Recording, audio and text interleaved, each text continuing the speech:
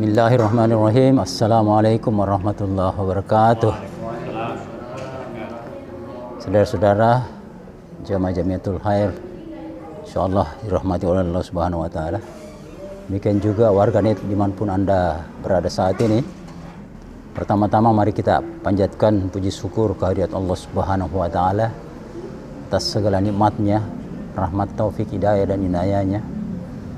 Dapatlah kita bertemu di acara kajian Al-Quran kali ini. Kita kaji secara tafsiriyah.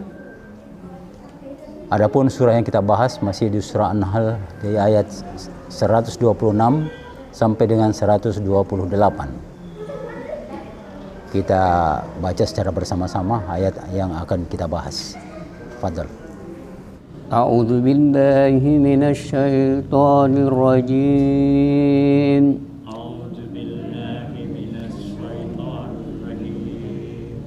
Bismillahirrahmanirrahim. Wa in aqabtum fa'aqibu bimisli ma uqibtum bih.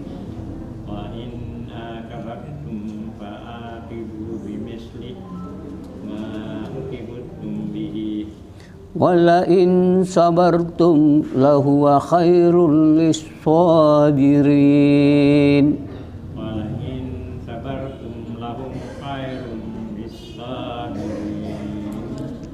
Wasbir wa ma sabaruka illa billahi wa la tahzan alaihim wa la taku fi dhayq.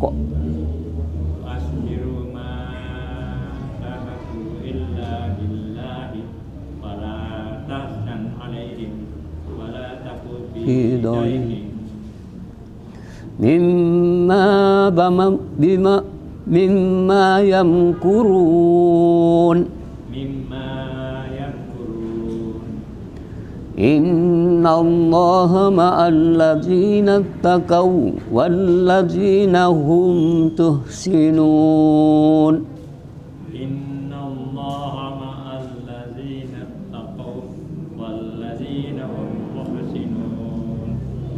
Sadaqallahul azim. Assalamualaikum warahmatullahi wabarakatuh. Alhamdulillah allazi 'allama bil qalam 'allamal insana ma lam ya'lam. Allahumma shalli ala Muhammad wa ala Muhammad khataman nabiyyi la nabiyya ba'da. Kita tadabburi 3 ayat terakhir ini. Di sini diingatkan bahwa apabila kita menerima perlakuan dari seseorang, perlakuan buruk, maka kita berhak membalasnya. Tetapi maafkan itu lebih baik. Dan inilah kaitannya dengan sabar juga. Kita bertahan, ya. Kita menerimanya saja. Kita maafkan itu lebih baik. Tapi kalau kita membalas, itu hak kita, hak membela diri. Nah, kalau ajaran Taurat Musa itu keras itu, nyawa dibalas dengan nyawa, pokoknya luka dibalas dengan luka, keras, gigi dibalas dengan gigi. Datang ajaran selanjutnya dari Isa yang sering diserukan, ditempelin pipi kanan atau tempelan pipi kiri, beri ke pipi kanan. Artinya itu atau sikap pemaaf, sikap baik hati, sikap lembut. Nah, datang ajaran Rasulullah Muhammad SAW, jalan tengah, bisa balas, tapi kalau sabar lebih baik. Jadi ini, nah, jadi kita dianjurkan untuk tidak berkecil hati dan memaafkan. Ya. Kemudian pada ayat selanjutnya, ya sama dengan tadi itu, artinya sesuai dengan perlakuan yang kita terima, kita balas atau kita memaafkannya. Diingatkan pada ayat selanjutnya, ya, untuk bersabar. Dan diulang-ulang ini sabar di sini. Jadi sabar itu ada juga ayat kata innallaha ma'as-sabirin. Jadi makamnya Allah itu di sabar. Jadi kalau kita mau bersama Allah, kita sabar. Karena di situ Allah bersama kita. Iya. Innallaha ma'as-sabirin. Sesungguhnya Allah bersama dengan orang sabar. Dan sabar itu tidak ada batasnya. Kalau ada batasnya bukan lagi sabar namanya. Jadi ada yang mengatakan, sampai batas kesabaranku. Bukan lagi sabar, itu sudah tidak sabar namanya. Sama dengan gula. Kalau masih manis gula. Tapi kalau tidak manis bukan lagi gula namanya. Jadi sabar itu tidak ada batas. Makanya doanya orang-orang yang sabar itu makbul. Karena sampai. Memang tidak ada batasnya. Sampai. Jadi orang yang sabar doanya makbul. Hanya memang kadang-kadang lebih mudah mengucapkan daripada melakukan. Orang Inggris katakan it is easier said than done. Lebih mudah mengucapkan daripada melakukannya. Biasa kita suruh orang bersabar, sabar kok. Begitu kita ditimpa kondisi seperti dia, kita juga tidak sabar. Gitu. Ya. Jadi sabar ini memang diingatkan dalam surat Al-Asr, diingatkan itu untuk kita sabar. Wa tawasau bil haqqi wa tawasau bis sabar. Jadi sebelum kita mengajak orang pada kebenaran, kita benar dulu. Sebelum kita mengajak orang sabar, kita sabar duluan. Dan inilah ajaran agama kita. Kalau kau benar, ajak juga orang lain untuk benar. Assi pakayinga, assi pakala diri ya, gitu. Ingatkan juga orang lain. Kalau kau sudah sabar, ingatkan juga saudaramu untuk juga sabar. Nah, itu ya. Jadi lakukan dulu, baru ajak orang lain. Nah, inilah ajaran agama kita. Jadi tidak dikatakan sabar saja, tapi watawah atau saling berwasiat, saling mengingatkan dalam kesabaran. Ini dia kunci pada ayat terakhir, innallaha ma'al ladzina taqah, bersama dengan orang-orang yang bertakwa. Jadi itu sudah disampaikan tadi, maknanya takwa itu adalah takut melanggar, takut tidak melaksanakan perintah, dan memohon perlindungan hanya kepada Allah, mengharapkan hanya kepada Allah. Dan apabila kita sabar, maka Allah akan memberikan jalan keluar pada satu cara atau jalan yang tidak sangka. Wa mattaqillaha fajalahu makhrajan. Mattaqillaha fajalahu makhrajan. Barang siapa yang bertakwa, maka Allah akan memberikan jalan keluar. Jadi suatu masalah diingatkan oleh guru kita bahwa kalau kau berada dalam suatu kondisi sangat lemah, maka sandarkanlah dirimu pada sang pemilik kekuatan tak terhingga, Allah. Maka di situ akan ada jalan keluar. Nah, mungkin kita bisa sharing, mudah-mudahan ada manfaatnya. Akhirul kalam, wabillahi taufiq wal hidayah. Wassalamualaikum warahmatullahi wabarakatuh. Alhamdulillah. Saya sedikit tambahkan tentang sabar tadi itu ya. Kata sabar ini paling populer di Ambon ya. Saya pernah tinggal di Ambon 7 tahun, dan setiap saat seringkali kita mendengar kata sabar itu dari seseorang. Ketika ada orang dipanggil, ungkapan pertamanya sabar. Misalnya, Ongen, sini dulu Ongen. Sabar. Berarti dia sudah mau datang itu. Gitu ya. Nah, kalau kita di Islam ini, kata sabar ini sebenarnya dia punya pasangan, ada 3 berkawan itu ya. Yang pertama sabar, syukur, dan ikhlas. 3 sekawan ini. Hanya orang yang syukur bisa bersabar, dan hanya orang yang ikhlas bisa bersyukur. Nah, jadi sabar, syukur, ikhlas ini saling berkait satu sama lain. Ya. Memang paling gampang kita ucapkan sabar itu, tapi dalam aplikasinya ya kadangkala sulit ya. Tapi orang beriman pasti bisa dia lakukan. Nah, sabar ini adalah sesuatu yang sangat penting. Kenapa? Bukan berarti bahwa orangnya pasif, berpangku tangan begini, sabar. Tidak begitu.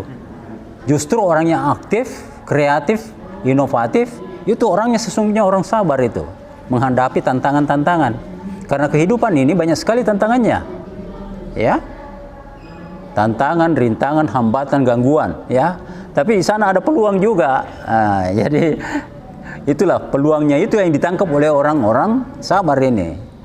Nah, jadi pernah saya dengar dari Pak Sarul itu, orang sabar itu bukan orang-orang yang gampang menyerah. Ya, kalau diganggu orang tidak melawan, bukan itu artinya menurut dia. Justru kita melakukan perlawanan sesuai dengan ajaran-ajaran agama kita. Ya, kalau misalnya mengganggu kita, ya kita memberikan pelayanan seperti apa yang dia inginkan. Nah, itu termasuk sabar juga menghadapinya. Ya. Jadi memang ini penting sekali.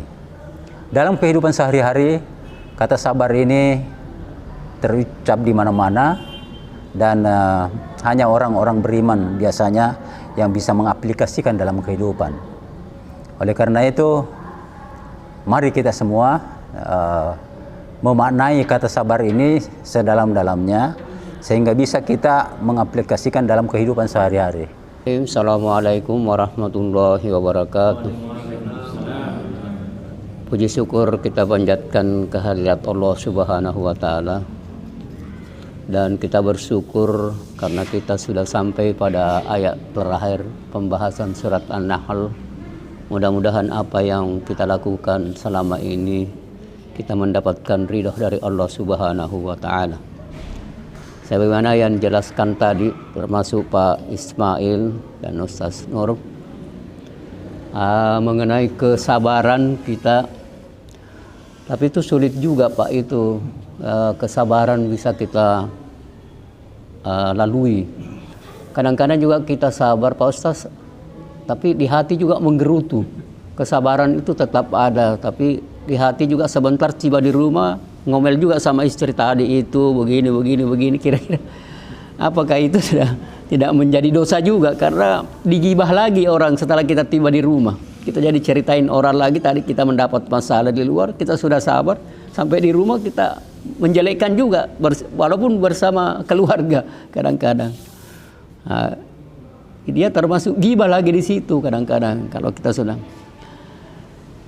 Yang kedua adalah takwa tadi. Kalau kita memang takut Pak ya, takut kepada Allah Subhanahu wa taala, tetapi kadang-kadang kita juga dengan sesama manusia kita tidak, padahal kalau kita takut sama manusia dan kita takut sama Allah sebenarnya kita ya lebih bagus.